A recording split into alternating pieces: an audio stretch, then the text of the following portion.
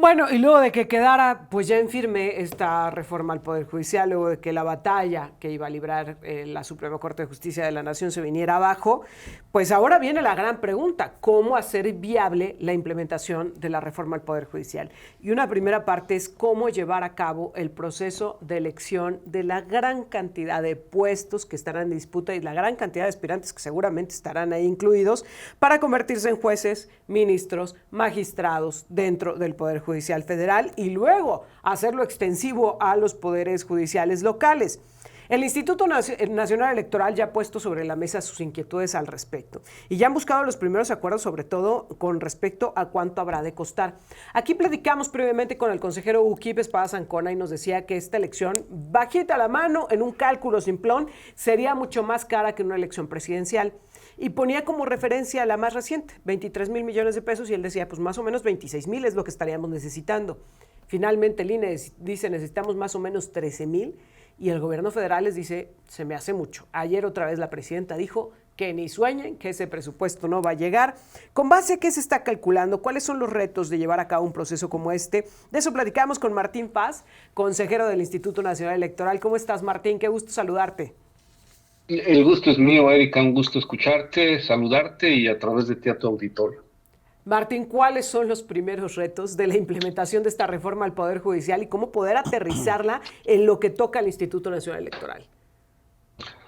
Pues mira, los primeros retos va a ser que todavía tenemos que seguir combatiendo en cada uno de los juzgados de distritos las suspensiones, porque estas siguen vigentes. Lo que ocurrió Sí. ayer en la Suprema Corte de Justicia de la Nación fue simplemente, bueno, no es simple, porque es algo trascendente, que se desestimó la acción y por lo tanto no se analizó el fondo y no hay una declaración de invalidez o de validez. En principio, parecería que con el tiempo pues se va a declarar válido, pero los amparos y las suspensiones que hay para que el INE proceda siguen vigentes Sí. y tenemos que combatirlas una por una y estamos hablando de centenares.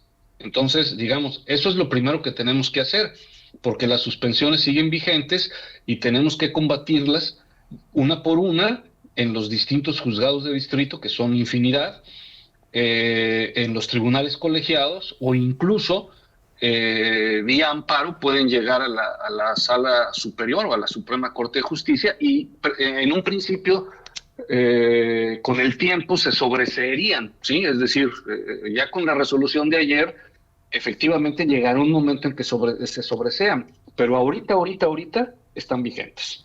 Y entonces Ahora, eso es una batalla legal que tenemos que hacer todavía en distintos puntos claro. y eso es lo primero. Lo otro, pues es esta parte ya organizativa que en un primer momento pues ha quedado reflejado en la aprobación de este presupuesto. Ahora, ustedes tienen que cubrirse, tienen que tener el dinero contemplado para poder implementarla. No es como que puedan esperar hasta que se acabe de resolver lo jurídico para que puedan avanzar. Ustedes necesitan asegurar este presupuesto Justo antes de que se cumplan los tiempos. Justo por eso el pasado lunes aprobamos de manera precautoria tanto este proceso electoral extraordinario del Poder Judicial con 13,000, un poco más de 13,000 millones de pesos, así como también la posibilidad de una consulta.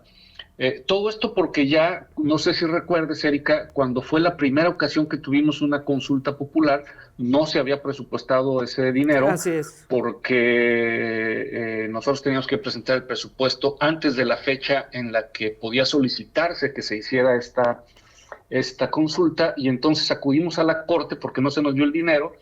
Y si bien no se nos dio el dinero, la Corte sí nos ¿Los mandató obligó? que tenemos la obligación, sí, nos obligó de que tenemos la obligación de siempre prever de manera precautoria un presupuesto para la consulta popular y ahora de manera análoga lo estamos haciendo con el tema de la elección del Poder Judicial y Claro. por eso fue que eso ya lo aprobamos.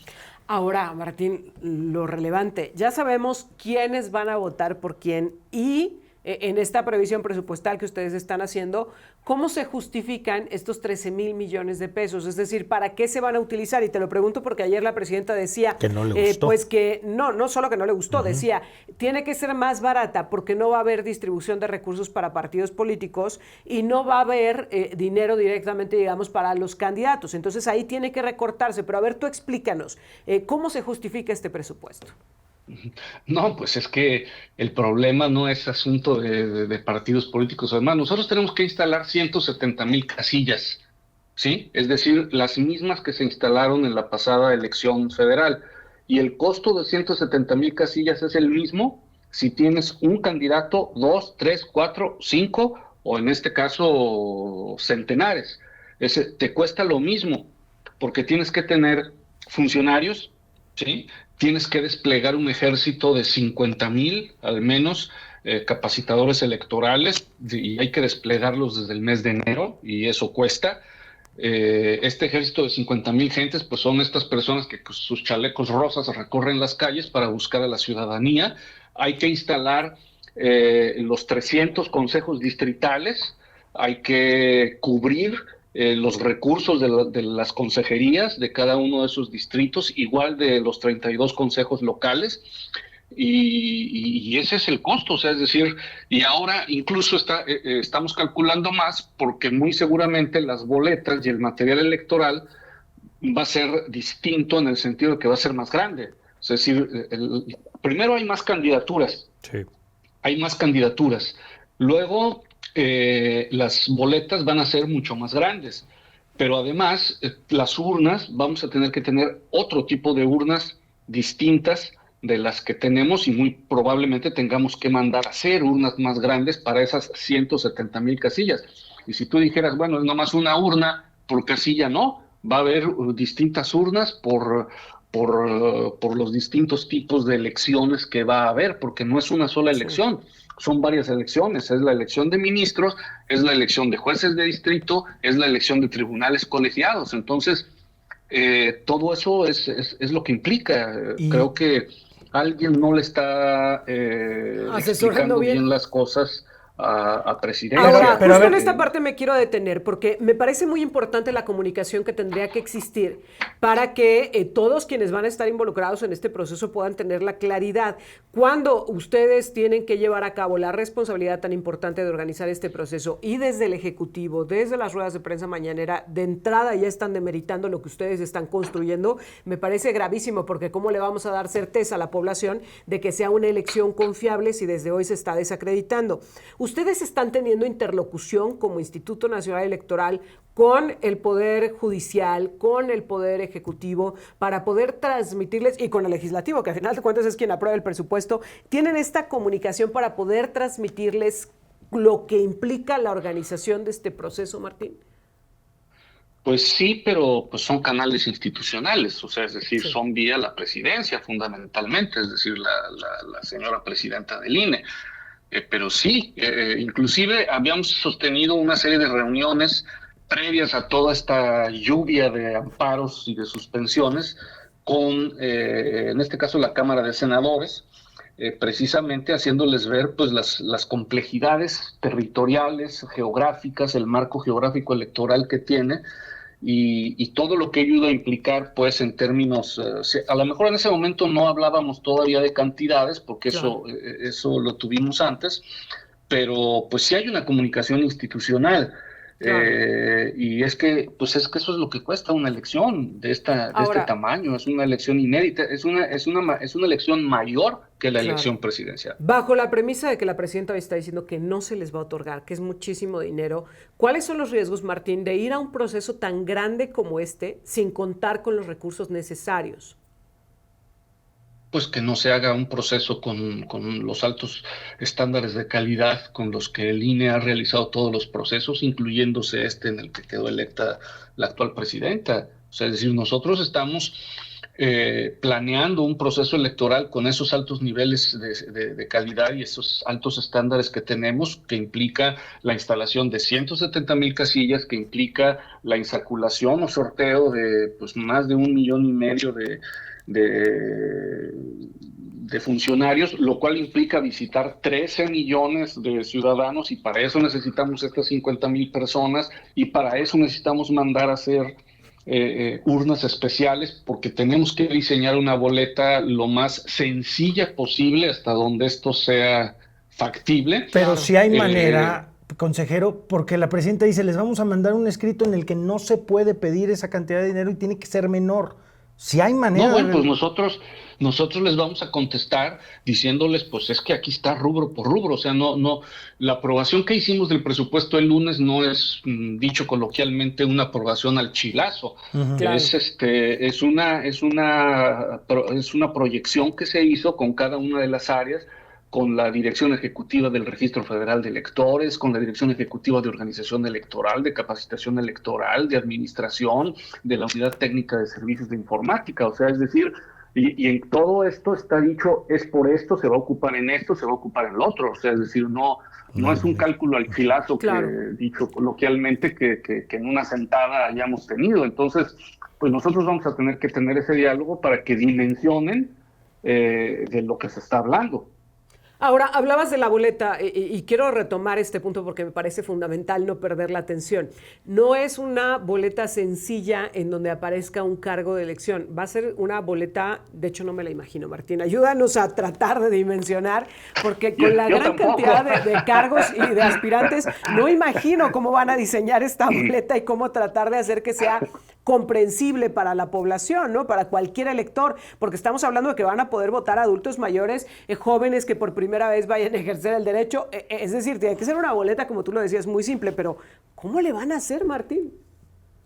Pues no sé, Erika, mira, muy probablemente sea una boleta donde aparezcan varias decenas de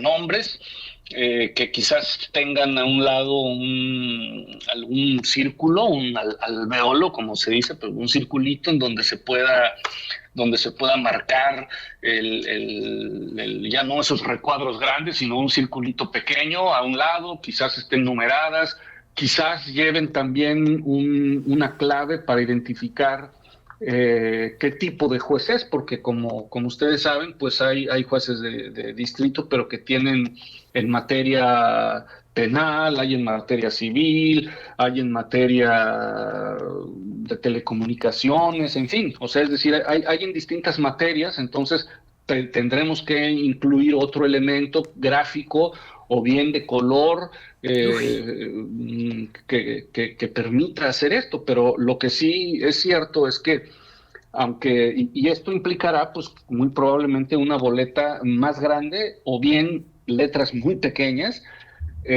pero una lógica distinta de votar, en donde incluso para la ciudadanía pues no se va a topar con la boleta a la que está acostumbrada la ciudadanía, sino que se va a topar con una boleta que pues va a parecer una especie como de examen del Ceneval, dicho de esa forma, ¿no? El Ceneval. Imagínate.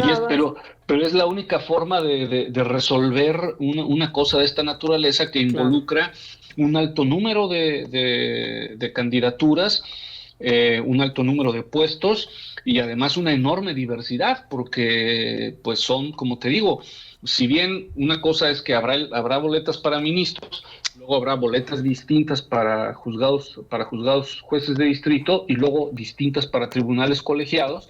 Sí. El punto es que en el caso de tribunales colegiados y de jueces, hay de distintas materias. Entonces no podemos hacer una boleta por cada materia, sino que tenemos que hacerlo o sea, la idea es poderlo hacer en una sola, pero digamos, ese es uno de los grados pero va a ser imposible una sola. Tiene.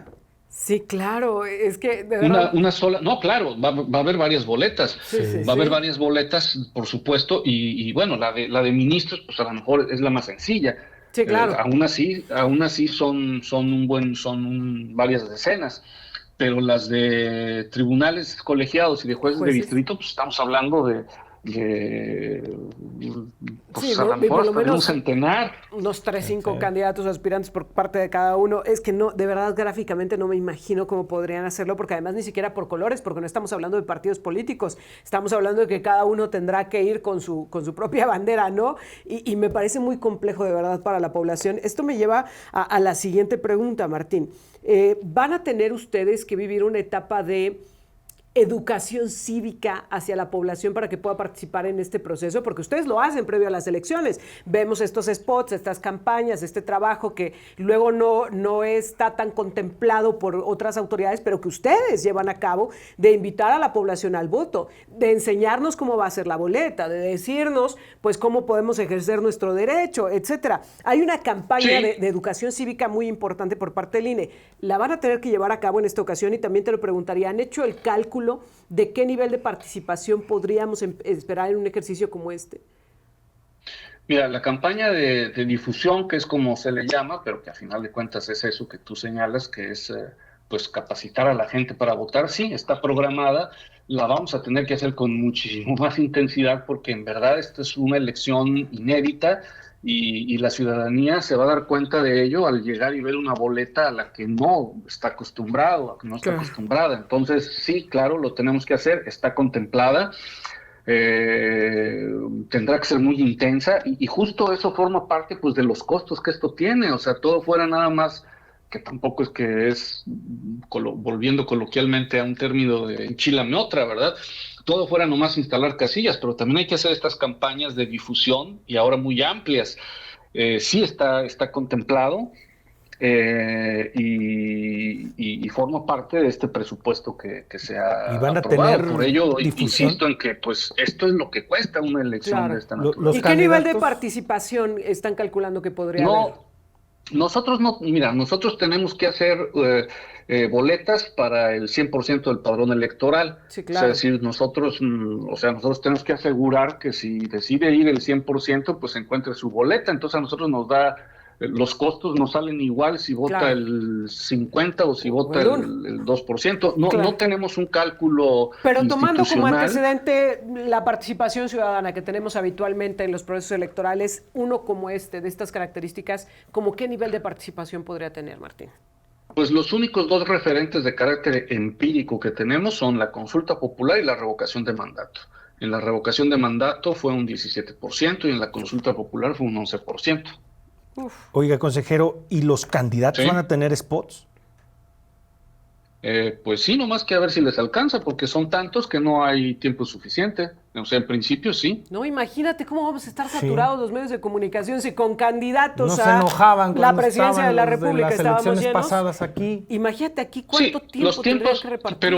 pero los tiempos van a ser los mismos. O sea, es decir, no va a haber una variación en los tiempos. Lo que pasa es que va a haber un spot de un aspirante. Si antes un partido tenía 7 spots al día, aquí a lo mejor un aspirante va a tener un spot cada semana, 10 días, o sea, y si toca, o sea, a lo mejor nada más va a tener 3 spots en toda la campaña, y si le toca por sorteo que uno de esos sale a las 6 de la mañana, pues ahí te encargo. A las 3, ¿no? Martín, te quiero pedir que podamos mantener la comunicación, porque va a ser fundamental que vayamos entendiendo cómo se va a vivir este proceso. Por lo que vemos, pues se va a hacer, porque se va a hacer.